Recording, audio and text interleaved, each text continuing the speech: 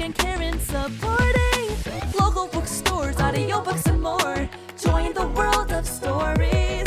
As always, thank you for listening. Hi, and welcome to the Libro.fm podcast, where we talk to authors, narrators, booksellers, and more. I'm Karen. And I'm Craig.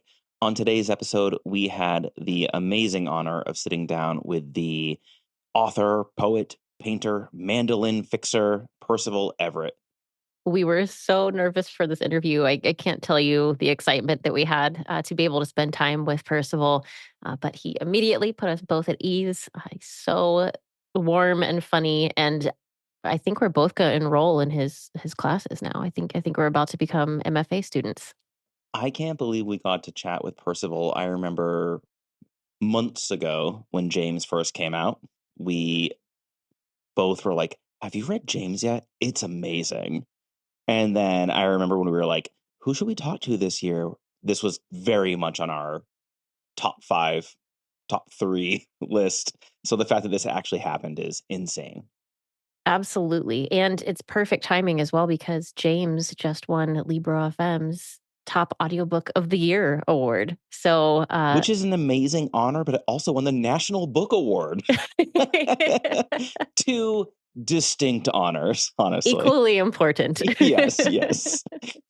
Yes, Percival was so kind. I remember before the interview, you and I were like, oh my God, is this actually happening? Are we going to be okay? And then we got on the call and immediately it was totally fine. Such a kind, awesome person. All right, let's roll a clip from James so that you can experience how awesome this audiobook is. And then after the interview, as always, if you'd like to stick around, you can hear more about what Craig and I are currently reading and enjoying.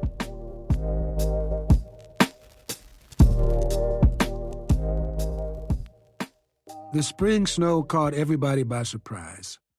Miss Watson had me chopping wood all day so that she could have enough for weeks. But there wasn't much, and she wasn't suggesting that I or any other slave might take some home. We collected what we could from the ground and secretly felled some small trees near the quarters. That wood was, of course, green and smoked terribly and was hard to keep going, but it gave some heat. I managed to stash some seasoned logs under Miss Watson's porch.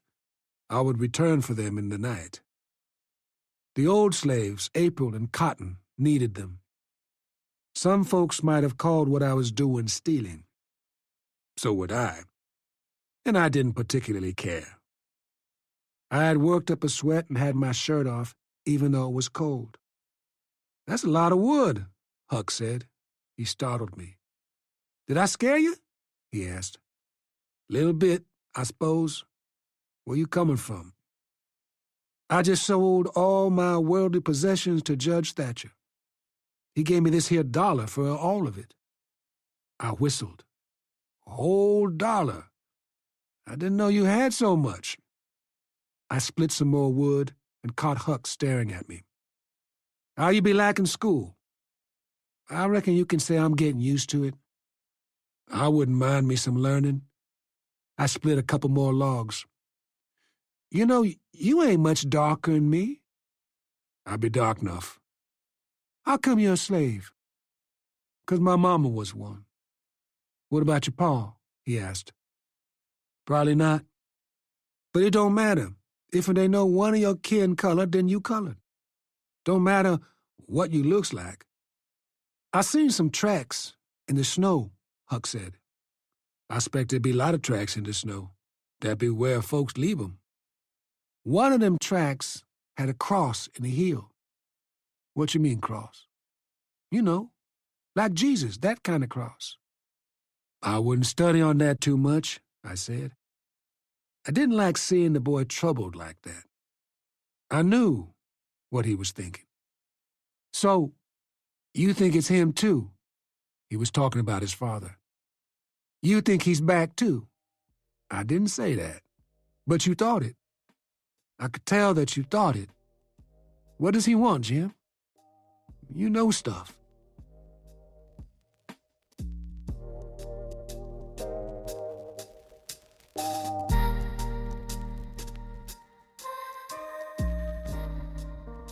Hello, everyone. Today we are here with Percival Everett, an award-winning author of more than 20 novels, including his latest James, a New York Times bestseller and National Book Award winner.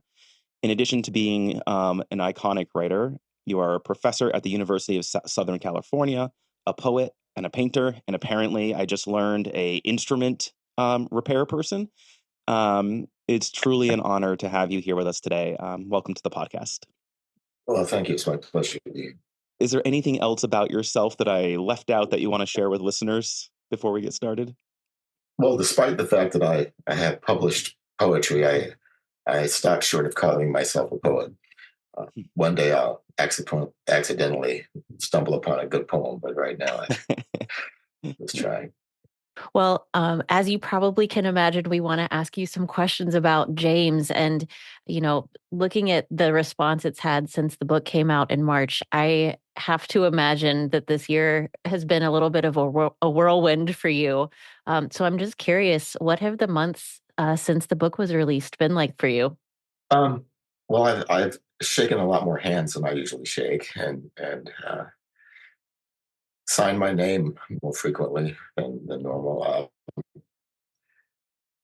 I don't go online, so I don't really feel the effects of it. But the touring has been. You know, I've always refused to do it, and the one time I say okay, I'll do it, it goes crazy. So that's a lesson learned.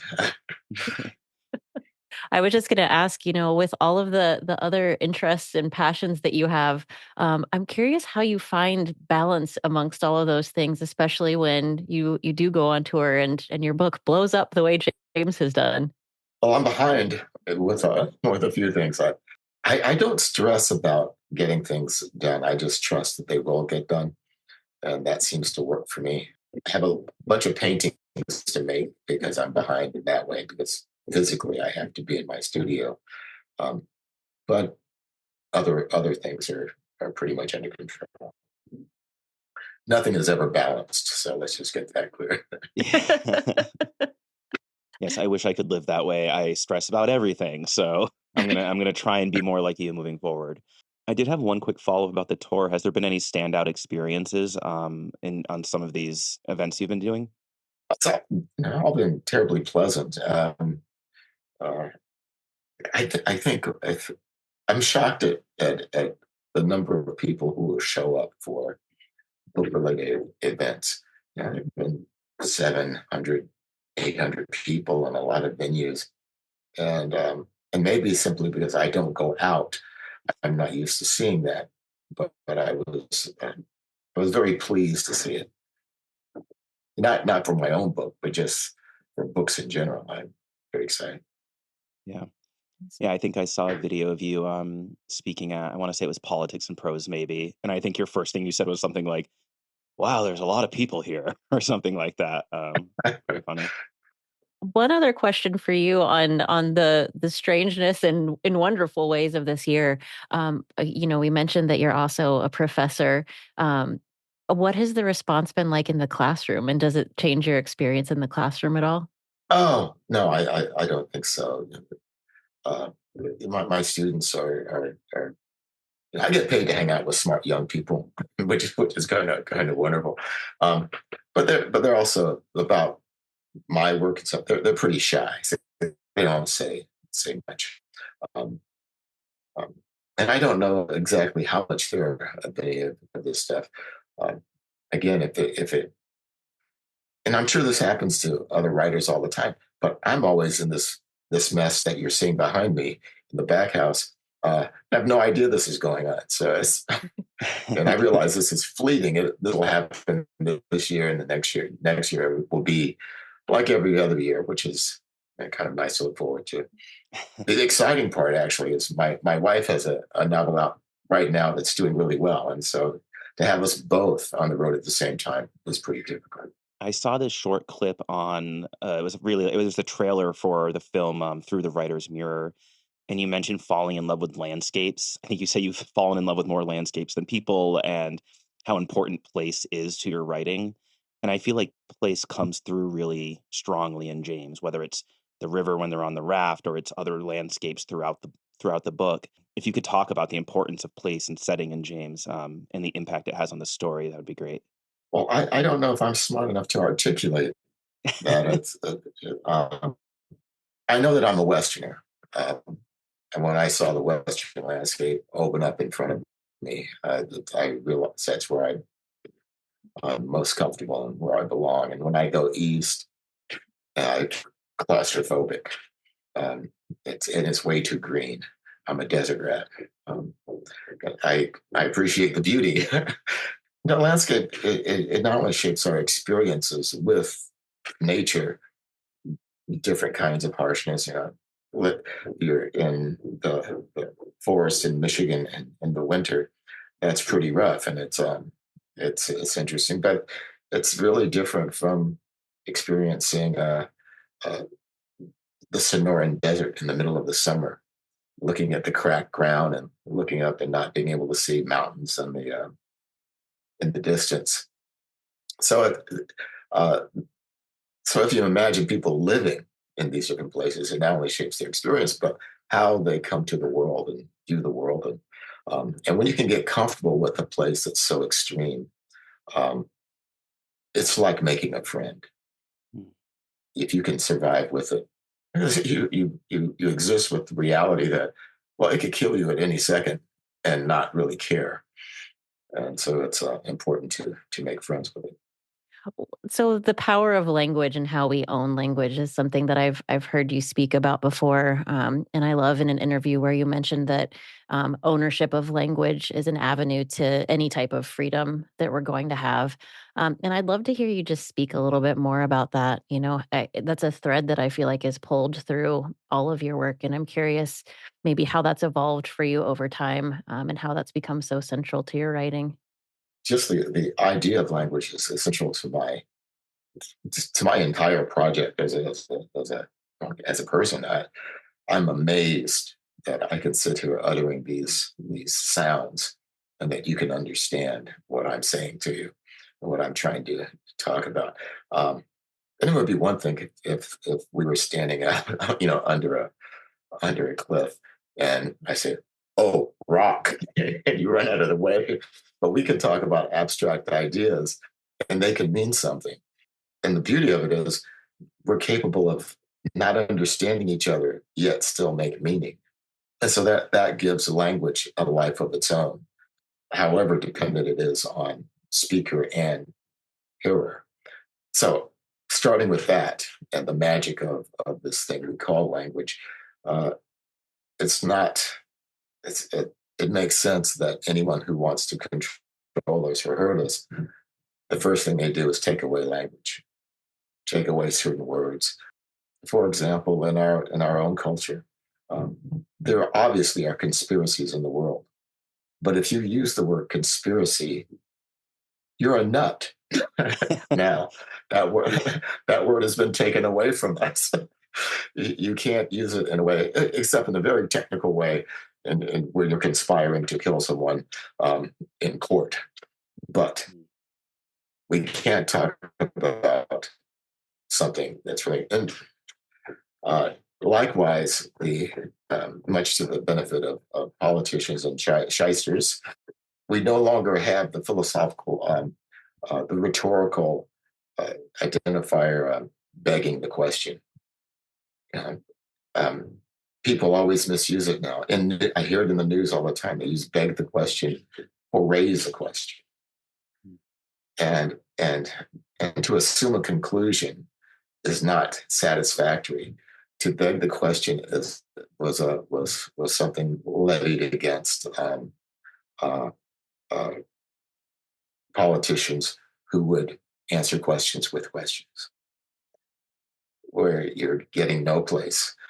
But if you can't say that, then you can't accuse anyone of it. And so I feel that that's been taken away from us as well. Now I want to go to USC. Yes, I know. Enroll us today, please. Speaking of that power and ownership of language, so you very humbly said you write poetry and you don't consider yourself a poet. Is that exploration and fascination with language in general what led you to write in that genre as well? Poor judgment. I love it. So I want to move to the audiobook of James. I loved the audiobook version. The narration feels so crucial for a novel like this. So I was thrilled when I saw Dominic Hoffman was chosen for the narrator. I've loved all the work he's done with James McBride and other stuff he's done. What was your role in that selection process, and what was the process like in general? I was supplied with some audio samples of a few people, and he and David Keith stood out to me. And Dominic's voice is just perfect for this. I haven't listened to it all the way through, mainly because I haven't made friends with the book yet. But his voice is great, and he's such a nice person. I got to meet him. What about Dominic stuck out to you when you were reviewing the samples? He does voices very well, but it's understated. Um, he, it'd be very easy to go over the top with this, and I don't think it would work. But he's such a good actor um, that there's a lot of nuance to his voice and his timing. I have to ask, I'm so curious what you meant when you said you haven't made friends with a book yet. Can you tell us what that means? Oh, I you spend a long time with a novelist in your head, and it's and I tell my students, deciding to work on a novel is like knowingly entering a bad marriage. Um, no matter what you do, it's going to end badly. No matter what the highs and lows are like, it's going to end badly. And no novel is ever finished; it's abandoned. And pretty much at the end of those years working on something, you're thoroughly sick of it, and you need some space. That makes a lot of sense to me. As a fellow writer, I completely understand that. Slight silly follow-up. Yes. I saw on Seth Meyers that you came up with the idea for this while playing tennis. Is that true? Yeah. Well, it's not something I'm proud of. I should have been paying attention to tennis at the time. It worked out pretty well. So It worked out okay. yeah. I got to restring a racket. So you mentioned, conversations with your students in that last response, and I just can't imagine how lucky students must feel to work with you. And I'm wondering what are some of the common questions you get from young writers, and how you respond to those questions. Well, the questions that are always interesting are the ones that are really particular to the individual. And the general ones, not so much. It's they always ask me, what should they do if they want to be writers? My answer unilaterally and every time is marry money. But the real answer is to do it because you love literature. You'd be insane to do this to get rich, and I mean, just the payback is not worth all the time unless you love it. So it's it depends on what someone is asking me. It's always be true to your vision, and people come to it at different times. And there are two conversations I can have with students. One is don't quit your day job, and that's an easy conversation. I don't mind that one. The tough one is to say you have something, and I think you should spend many hours doing something that won't pay you back very much. So I take that very seriously. As I was writing this question to ask you, I had this epiphany is too strong a word. I guess this like vision of you as a young writer, kind of starting to embark on this path, and I was just so curious and wondering if you could tell us kind of what your early days as a writer looked like as you embarked on this journey. You're making me look back over 1,000 years here. You look great for 1,000. Well, yeah, well, thank you. I don't look a day over 998. I'm told. I often feel a little bit of guilt. So much of this is a bit of luck. There are probably thousands of novels tucked away in drawers or under beds. They're every bit as good or better than anything I've made that didn't get published or got turned down over and over again. Or wasn't ready for it, or because it just didn't fit the mold. So I think it's important to realize that art comes with a bit of good fortune. Um, I was at Brown and I wrote my first novel. He took my novel without telling me and sent it to his agent. And I got a cold call from Candida Donadio, and she asked if she could represent me, and I said, "Let me think about it." Yes, and and a month later, she'd sold my novel. And I had all these friends who were writers, and they'd written books, and it had happened that way for me. And I still think I suffer some survivor's guilt because of this, that I should have paid more dues, uh, but it didn't work out that way.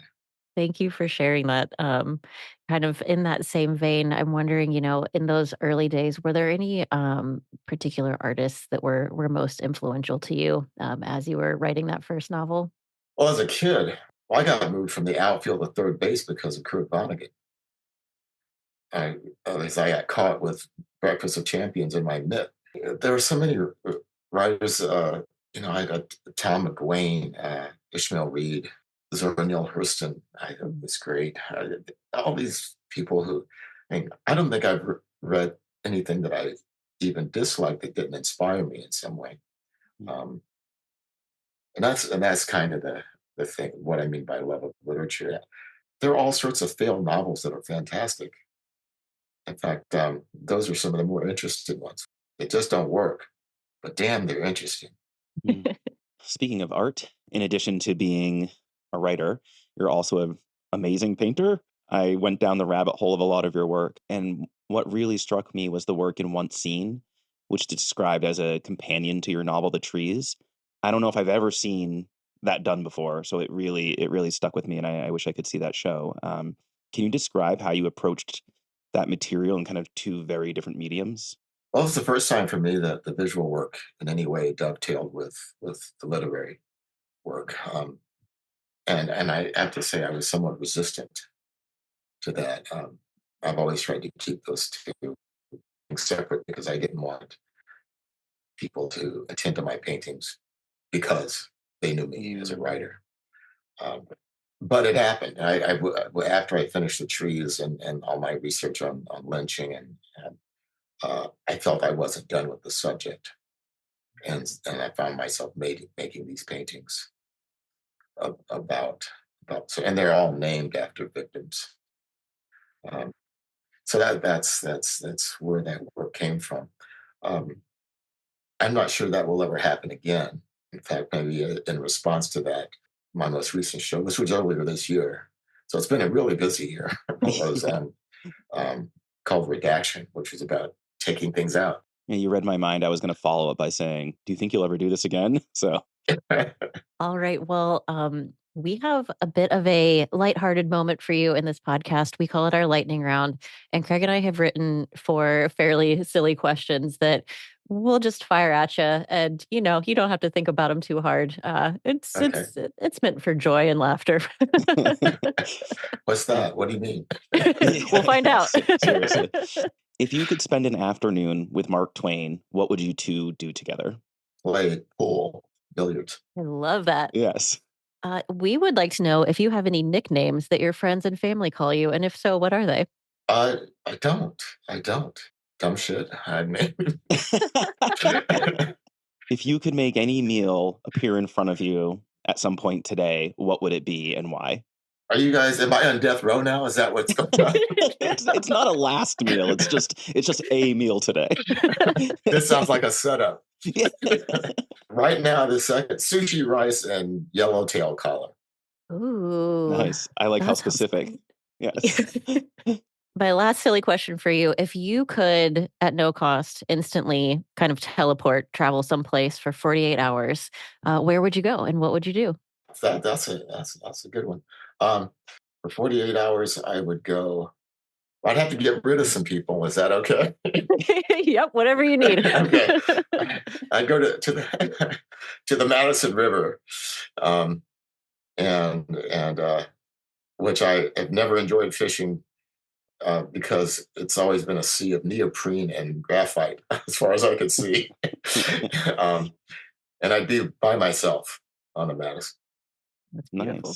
Nice. In the last couple of minutes we have with you, we always end the episode with asking for book recommendations. It can be something you read 1,000 years ago, or it could be something that you're reading right now, or anything you want to tell us that you think we should be reading. Well, I love the Way of All Flesh by Samuel Butler. I read it every year or every couple of years.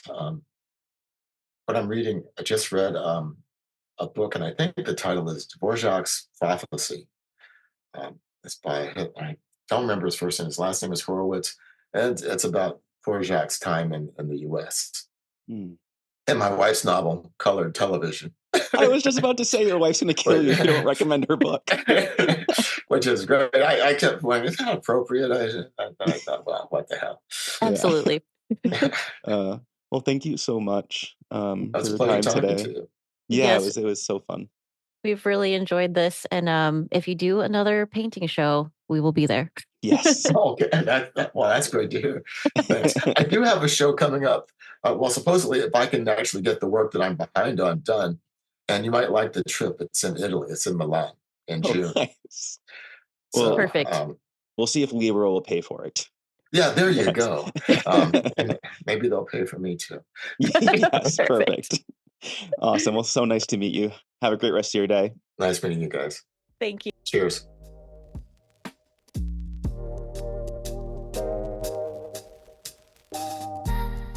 We made it, everyone. That was very stressful for us, but so fun. Thank you for listening to that. And without further ado, Karen, what have you been reading? Please tell me everything. Okay, I would love to. I am currently reading 2 thrillers.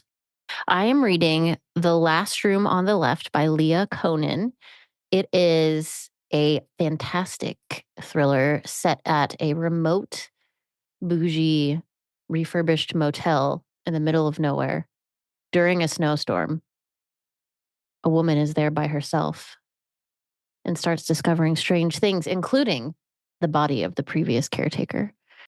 I am the most into this already. Like, with that very short description, I was like, you almost had me at remote motel, and then you went on, and I was like, what is the title again? I need to get this immediately. Tell me more, please. It's really fun. I have not finished it left. Let's see. I have 41 minutes left in the audiobook, and I am dying to see how this ends. How are you sitting here recording this? I'm surprised you weren't like, hey, Craig, can't record right now. I'm a little busy. That's what I would have done if I had 41 minutes left. We take the podcast seriously around these parts. Yes. So that is The Last Room on the Left by Leah Conan. The other one that I'm listening to is The Snow Killer by Ross Greenwood.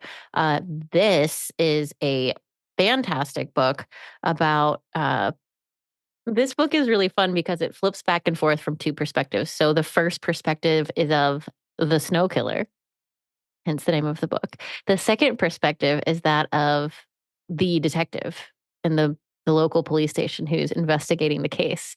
And the twists and turns of this are fascinating. The backstory of the snow killer, where the book begins, is brutally fascinating.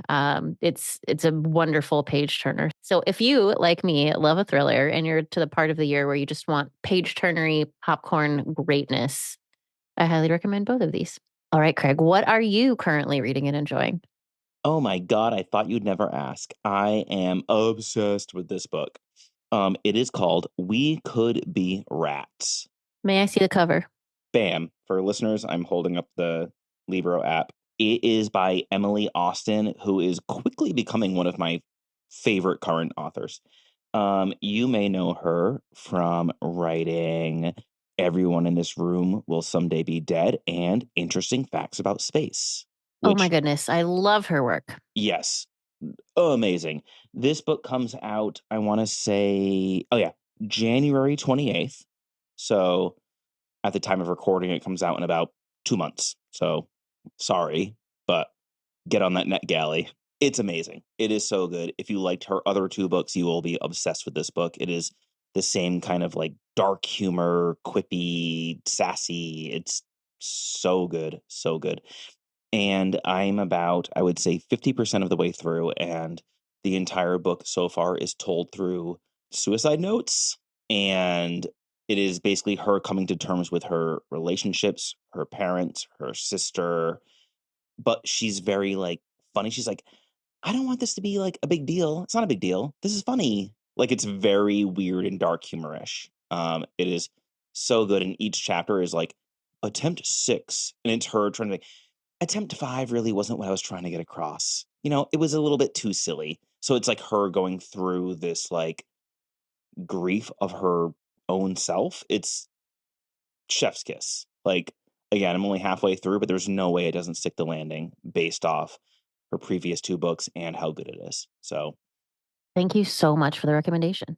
go out and get it in a month and a half. January 28th. Wonderful. Well, everyone, thank you so much for joining us for the podcast today. We're so glad you're here. If you are so inclined, we would love it if you would rate the podcast or leave a review. And you can always subscribe if you'd like to hear more episodes. And as always, thank you for listening.